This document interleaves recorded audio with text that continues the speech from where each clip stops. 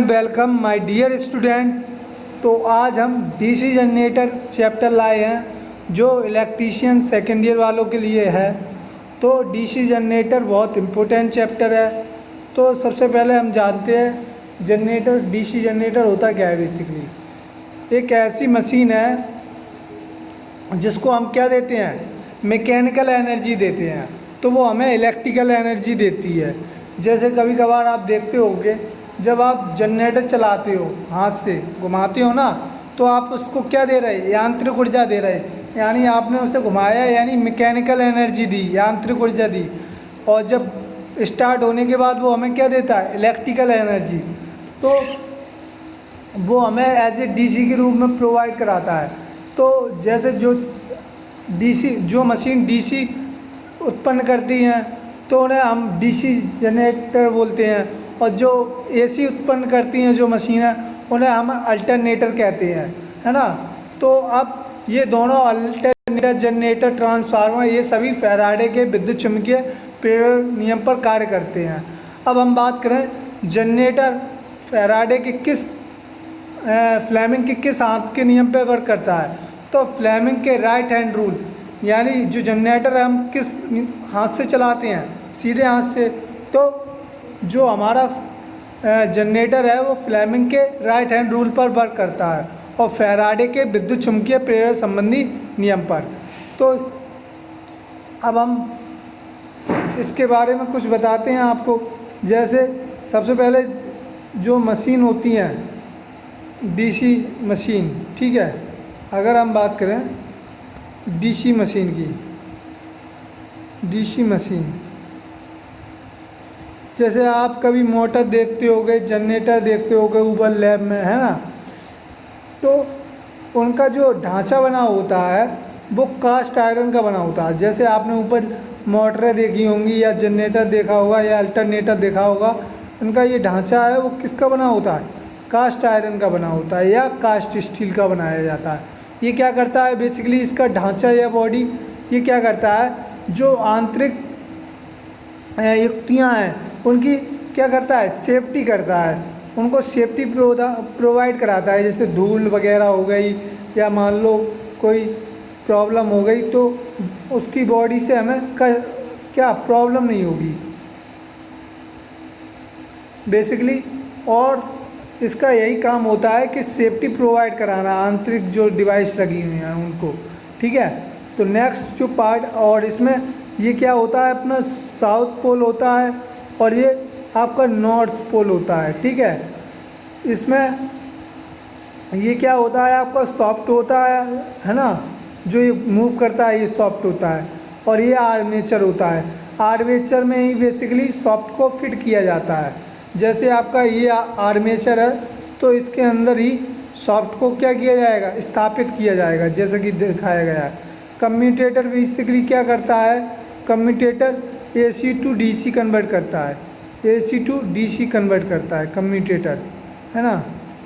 और ये क्या है, field winding. Field winding basically क्यों की जाती हैं, क्योंकि ये मैग्नेटिक फील्ड जनरेट करती हैं, विद्युत चुम्बकीय क्षेत्र जनरेट करती हैं, फील्ड वाइंडिंग, है ना। इसको हम क्या बोलेंगे, योक या ढांचा या फ्रेम, ठीक है। तो नेक्स्ट पार्ट पे चलते हैं हम। अब हम बात करते हैं फील्ड पोल।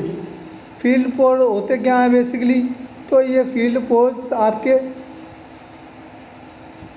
क्या करेंगे, ये चुंबकीय क्षेत्र स्थापित करेंगे। फील्ड पोल ये इनकी संख्या 2 से लेके 8 तक हो सकती है, 2 से लेके 8 तक, न्यूनतम 2 और अधिकतम 8 फील्ड पोल्स जो मोटर के लगे रहते हैं, नॉर्थ साउथ करके लगे रहते हैं ना, तो इनकी अधिकतम संख्या 2 से लेके 8 तक हो सकती है ना। ये इनके बीच में बेसिकली खांचे बने रहते हैं, है ना, स्लेट, और ये लैमिनेटेड रहते हैं, है ना। ये लैमिनेटेड कास्ट स्टील या एनियल स्टील के बनाए जाते हैं, और इनका बेसिकली कार्य क्या है, चुंबकीय क्षेत्र को स्थापित करना या बनाना, है ना।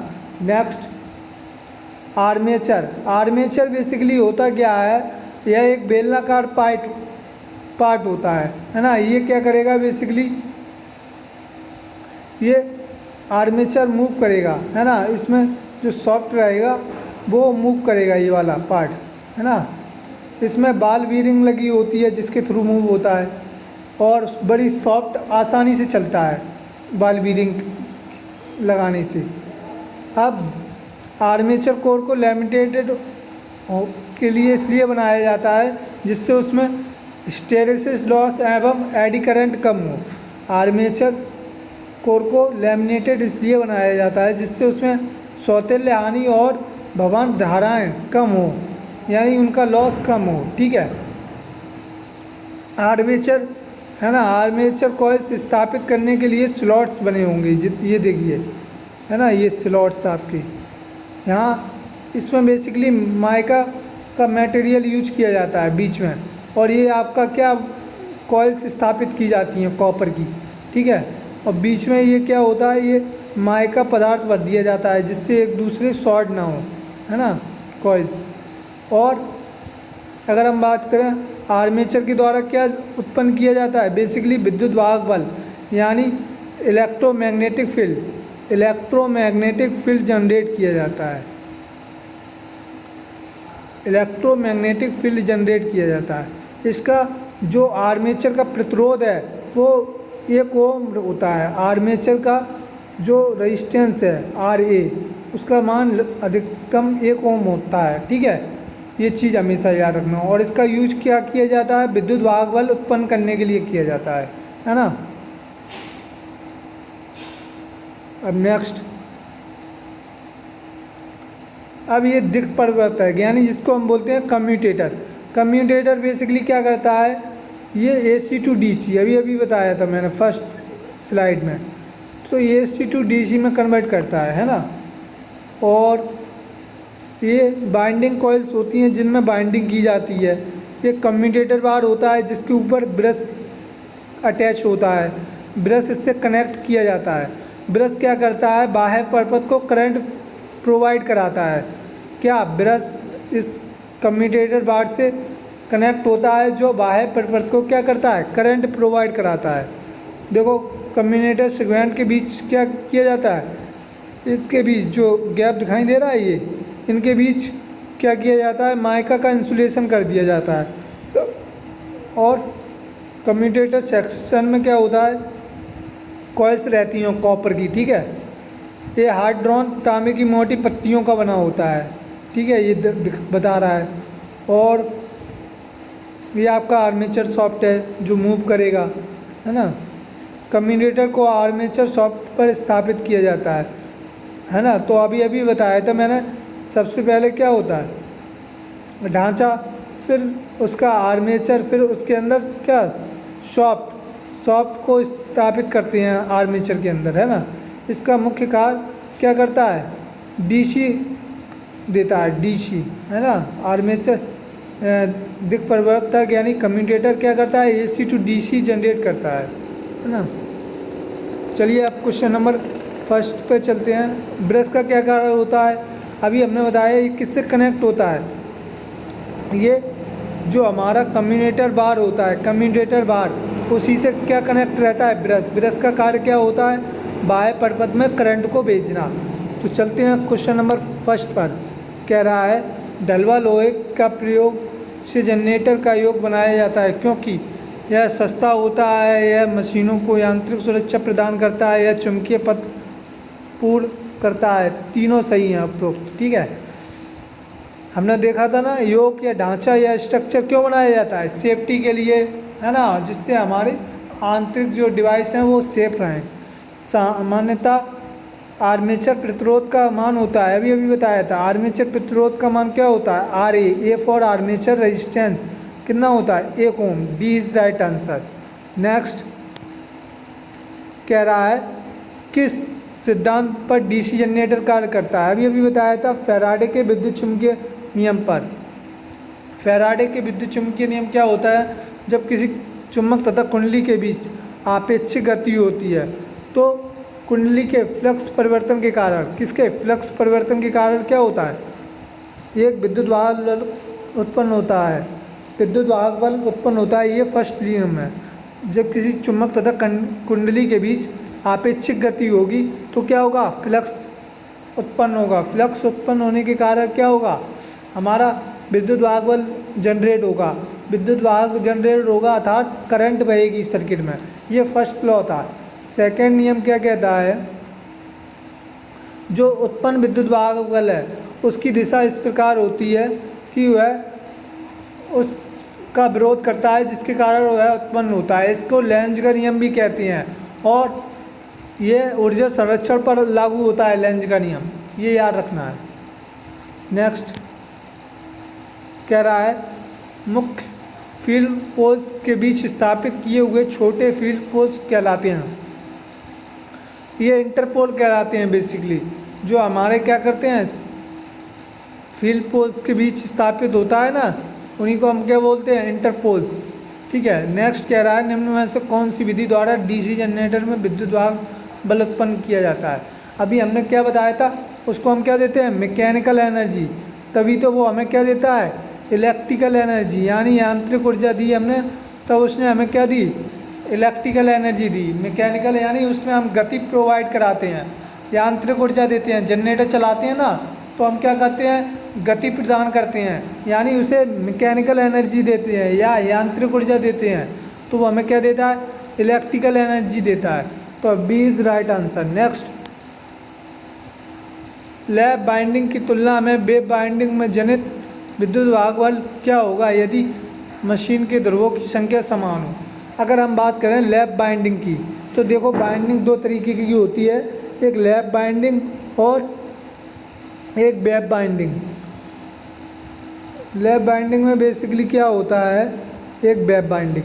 लैप में क्या होता है, जो ए बराबर होता है पी के, और इसमें क्या होता है ए बराबर 2। ये जो पी है समांतर पथों की संख्या है, ये क्या आर्मेचर कॉइल्स की संख्या। तो ये क्या होता है, अगर मान लो पी का मान पोल्स अगर हमारे 4 हैं तो ए बराबर क्या होगा 4, लेकिन बी में जो वेव होती है वेव बाइंडिंग उसमें हमेशा ए बराबर 2 होता है। ठीक है, ये हमेशा याद रखना है। इसमें पी की वैल्यू नहीं होती है, जो होती है हमारी ए की वैल्यू होती है। ठीक है, अब इसमें क्या होगा, जो लैप बाइंडिंग होगी इसमें पी बराबर 8 भी हो सकता है, तो पी बराबर जब 8 होगा तो ए बराबर क्या हो जाएगा 8 हो जाएगा। तो हमारा क्या है, 20 राइट अधिक। लैप बाइंडिंग में वेव बाइंडिंग की तुलना में विद्युत वाहक बल क्या होगा, अधिक होगा। क्यों अधिक होगा, क्योंकि फॉर्मूला होता है E बराबर 5PNZ/60A, ये होता है फॉर्मूला। तो अब जब आप P का मान 8 रखोगे तो वैल्यू ज़्यादा आएगी, और अगर वेव बाइंडिंग में P का वैल्यू A का वैल्यू 2 रखोगे, है ना, तो A का वैल्यू 2 रखोगे कम वैल्यू आएगी, है ना। तो इस चीज़ से समझ सकते हो। अब कह रहा है जनित का विद्युत वाहक बल नियंत्रित करने के लिए किसे परिवर्तित किया जाता है। तो यहाँ से देख सकते हो विद्युत वाहक बल, ये क्या है हमारा विद्युत वाहक बल, विद्युत वाहक बल। ठीक है, इलेक्ट्रोमैग्नेटिक फोर्स। तो हमें किस किस को चेंज करना पड़ेगा, फ्लक्स को, पोल्स को और स्पीड को, तो तीनों को, है ना। तो चालक पदार्थ है और इसमें दे रहा है, तो हमारा क्या है फ्लक्स, जनरेटर की गति, है ना, और चालक पदार्थ। तो चालक पदार्थ नहीं होगा आपका, है ना, और क्या होगा बेसिकली गति होगी ए और सी, यानी वो सी नहीं होगा, ए और बी। तो डी इज़ राइट आंसर, क्योंकि गति व फ्लक्स दोनों लेके चलेंगे हम। नेक्स्ट कह रहा है निम्न में किस सूत्र के द्वारा डीसी जनरेटर की आर्मेचर धारा ज्ञात की जाती है। तो हम बात करें डीसी जनरेटर का जो फॉर्मूला होता है वो होता है बी बराबर ईजी, बी बराबर voltage easy minus I A R A. Easy क्या है, जनरेटर का विद्युत वाहक बल, बी क्या है वोल्टेज जनरेटर का, आई ए क्या है आर्मेचर करंट है, और आर ए क्या है आर्मेचर रेजिस्टेंस है। ये चीज़ याद रखना। और एक अगर हम बात करें, अगर श्रेणी की बात करें तो श्रेणी में जो टॉर्क होता है वो प्रोपोर्शनल होता है आर्मेचर करंट के स्क्वायर के। कब? श्रेणी में, श्रेणी जनरेटर। और समांतर की बात करें, समांतर की, तो समांतर में क्या होता है कि जो टॉर्क या कह सकते हैं इसको टॉर्क बल आघूर्ण, वो क्या होता है? करंट के समानुपाती होता है, वर्ग के समान। इसमें वर्ग की कंडीशन नहीं होती है। श्रेणी में क्या होता है? आर्मेचर करंट के वर्ग के समानुपाती होता है टॉर्क, ठीक है, ये याद रखना। अभी अभी बताया, ये क्या है हमारा? डीसी जनरेटर के विद्युत वाहक बल का समीकरण। डीसी जनरेटर के विद्युत वाहक बल का समीकरण। तो यहाँ से देखो क्या निकलेगा हमारा, निकलेगा Eg बराबर B प्लस IA RA, ये निकल के आएगा। Eg क्या है? जनरेटर का विद्युत वाहक बल है ना, और B क्या है? वोल्टेज जनरेटर का। IA आर्मेचर करंट जनरेटर की, और RA क्या है? रेजिस्टेंस, आर्मेचर रेजिस्टेंस जनरेटर का, ठीक है। ये चीज़ याद रखो। नेक्स्ट चलते हैं। तो अब इसमें अगर हम बात करें, कह रहा है आर्मेचर धारा का मान ज्ञात कीजिए। तो हम सबसे पहले अभी हमने क्या देखा था, जो जनरेटर का विद्युत वाहक बल होता है वो क्या होता है? B प्लस IA RA, ठीक है, ये होता है जनरेटर का विद्युत वाहक बल का समीकरण। Eg क्या है? जनरेटर का विद्युत वाहक बल समीकरण। विद्युत वाहक बल B क्या है? वोल्टेज जनरेटर का। IA आर्मेचर करंट, और RA आर्मेचर रेजिस्टेंस, ठीक है। अब हम बात करते हैं इसके आर्मेचर धारा की। आर्मेचर धारा क्या होती है इसकी? बेसिकली IA बराबर IL प्लस ISH, ये होती है IL प्लस ISH, ये याद रखना है आपको। तो सी इज राइट आंसर। नेक्स्ट अगर हम बात करें,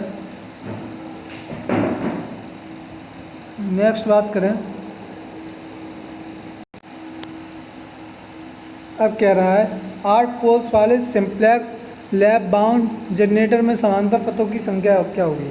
अभी अभी बताया था हमने, 2 तरह की बाइंडिंग होती है ना जनरेटर में। एक होती है लैप बाइंडिंग, है ना, और एक होती है वेब बाइंडिंग। तो लैप बाइंडिंग की कह रहा है, लैप बाउंड है ना, तो लैप बाउंड में क्या होता है? ये बराबर P, यानी जो आर्मेचर खांचों की संख्या है वो समांतर पथों की संख्या यानी पोल्स के बराबर होती है, और A बराबर इसमें क्या होता है? 2, है ना। तो अब ये लैप बाउंड की कंडीशन दे रहा है, तो P का मान कितना दिया? 8 पोल, ठीक है। तो A बराबर समांतर पथों की संख्या कितनी आ जाएगी? 8 आ जाएगी। और इसमें क्या है? हमेशा वेब में समांतर पथों की संख्या कितनी रहेगी? हमेशा 2 रहेगी, ठीक है। तो ये क्या है हमारा लैब में? तो 20 राइट आंसर। कह रहा है निम्न किन तथ्यों पर जनरेटर का विद्युत वाहक बल निर्भर करता है? अभी अभी बताया था हमने जनरेटर का विद्युत वाहक बल, एक तो ये फॉर्मूला होता है Eg बराबर B प्लस IA RA, ठीक है। जहाँ हमारी अगर हम बात करें करंट की, तो यहाँ से ज्ञात कर सकते हो IA RA से, है ना, करंट। लोड करंट क्या होता है? Armature current. Load current plus ISH, ये होता है, ठीक है। और अगर हम बात करें, एक और होता है इसका विद्युत वाहक बल का समीकरण, E बराबर 5PNZ अपॉन 60A, ये होता है, ठीक है। तो हम देखते हैं ये किस पे निर्भर करता है? ध्रुवों की संख्या यानी P पर, और आपके फ्लक्स पर, और क्या? चालकों की संख्या Z पर, और गति N पर। Z क्या है? चालकों की संख्या, है ना, आर्मेचर चालकों की संख्या। तो ये उपरोक्त तीनों इज राइट आंसर। N क्या है? आपकी स्पीड है इसमें, ठीक है। फाई क्या है, फ्लक्स है, पी क्या है, पोल्स हैं यानी ध्रुव जिसको बोलते हैं हिंदी में, पोल्स को क्या बोलते हैं, ध्रुव, है ना। तो ये तीनों पे निर्भर करेगा, डी इज राइट। नेक्स्ट कह रहा है प्राप्त धारा कैसी होगी अगर डीसी जनरेटर के आर्मेचर को स्लिप रिंग से जोड़ा जाए। तो जो करंट होगी अगर हम डीसी जनरेटर को आर्मेचर के स्लिप रिंग से जोड़ दें तो एसी करंट प्राप्त होगी। एसी करंट बेसिकली क्या होती है, जो दोनों दिशाओं में मूव करे, यानी प्लस कंडीशन में भी और माइनस कंडीशन में। डीसी करंट क्या होती है, बेसिकली एक ही स्टेट में चलती है, या तो प्लस में या तो माइनस में, ठीक है, ये हमेशा याद रखना। और इससे की जो फ्रिक्वेंसी होती है वो एसी की कितनी होती है, 50 हर्ट्ज, और डीसी की क्या होती है, 0 हर्ट्ज, है ना। डीसी की कोई फ्रिक्वेंसी नहीं होती। किस गुण के आधार कारण ब्रश के लिए कार्बन प्रयुक्त किए जाते हैं, उनका तापमान गुणांक ऋणात्मक होता है, वे नर्म होते हैं, वह स्व लुब्रिकेंट होते हैं, उपयुक्त तीनों सही है। क्योंकि अगर हम कार्बन की बात करें तो कार्बन हमारा एज ए कह सकते हो हमारा क्या होता है, अर्धचालक की श्रेणी में आ जाता है, अर्धचालक, है ना, सेमीकंडक्टर में। कैसे 6C12। तो जब हम विन्यास करेंगे 2,4, इसके बाहरी कोष में कितने हैं, 4 हैं, जिनके बाहरी कोष में 4 इलेक्ट्रॉन होते हैं तो वो हमारे अर्धचालक की श्रेणी में आते हैं। जैसे अपना सिलिकॉन ले लो 14Si, तो 2, 8, 10 और 4, तो बाहरी कोष में कितने हैं, 4। 32 जर्मेनियम ले लो तो 2, 8, 10 और 18, फिर कितना बचा अपने पास, 4, तो बाहरी कोष में कितने हैं, 4। तो ये अर्धचालक और कुचालक का जो टेम्परेचर कोफिशिएंट है वो हमेशा क्या रहता है, निगेटिव रहता है। टेम्परेचर कोफिशिएंट क्या रहता है, निगेटिव। तो D is right answer. Next कह रहा है कौन सा चालक पदार्थ कम्यूटेटर सेगमेंट के मध्य भरा जाता है। अभी बताया था मैंने, अब्रक या माइका का यूज किया जाता है, अब्रक या माइका यूज करते हैं। कम्यूटेटर जो बना होता है उसके बीच जो खांचे रहते हैं उसमें जो इस तरफ जैसे मान लो कॉपर की वाइंडिंग है तो एक इधर हल्का क्या भर दिया जाता है अपना अब्रक या माइका, फिर एक वाइंडिंग ये, फिर इधर, है ना, फिर इस तरह भरते हैं जिससे एक दूसरे पे ओवरलैपिंग ना करें ये, है ना, इससे सेफ्टी के लिए। डीसी जनरेटर के कम्यूटेटर का कार्य क्या है। कम्यूटेटर का कार्य हमने बताया था क्या करता है, बेसिकली AC टू DC, है ना। तो AC टू DC का मतलब क्या है, एज ए रेक्टिफायर, क्या, रेक्टिफायर यानी डायोड जिसे बोलेंगे, रेक्टिफायर यानी डायोड क्या करता है, डायोड की तरह वर्क करता है ये। Basically AC to DC convert करेगा, एक दिशा है करंट, यानी जो डायोड होता है वो एक ही दिशा में करंट प्रोवाइड कराता है। और DC करंट भी क्या होती है, एक ही दिशा में चलती है। अभी बताया था, या तो प्लस में चलेगी या वो माइनस में चलेगी, एक ही दिशा में चलेगी। और AC करंट क्या होती है, हमारी दोनों दिशा में चलती है, प्लस में भी चलेगी और माइनस में भी चलेगी। तो इसलिए जो कम्यूटेटर है वो DC करंट प्रोवाइड कराता है, एक दिशा। तो B is right answer. Next कह रहा है क्षेत्र बाइंडिंग किसके द्वारा उत्तेजित होगी यदि जनित पृथक उत्तेजित जनित्र हो। तो हमेशा जो DC बाइंडिंग होगी अगर, तो वो हमेशा DC धारा के बाह्य स्रोत द्वारा उत्तेजित होगी। अगर जनरेटर हमारा कैसा हो, सेपरेटली एक्साइटेड हो, मतलब सेपरेटली एक्साइटेड का मतलब है अलग से सोर्स की आवश्यकता पड़ेगी, उसे DC सोर्स अलग से देना पड़ेगा, ठीक है। क्षेत्र बाइंडिंग किसके द्वारा उत्तेजित होगी यदि जनित्र स्वजनित्र हो। स्वजनित का मतलब होता है सेल्फ एक्साइटेड, अपने आप एक्साइटेड हो जाए वो चलने के लिए, तो इसकी अपनी धारा होती है जिसके कारण ये सेल्फ एक्साइटेड होता है, अपने आप चलने लगता है ना। स्वजनित्र का प्रकार है तो ये तीनों हैं, श्रेणी संट और मिश्रित, जिसे बोलते हैं कंपाउंड मिश्रित को। तो आई होप आपको ये वीडियो समझ में आ गया होगा। तो लाइक, सब्सक्राइब और शेयर करना ना भूलें। धन्यवाद।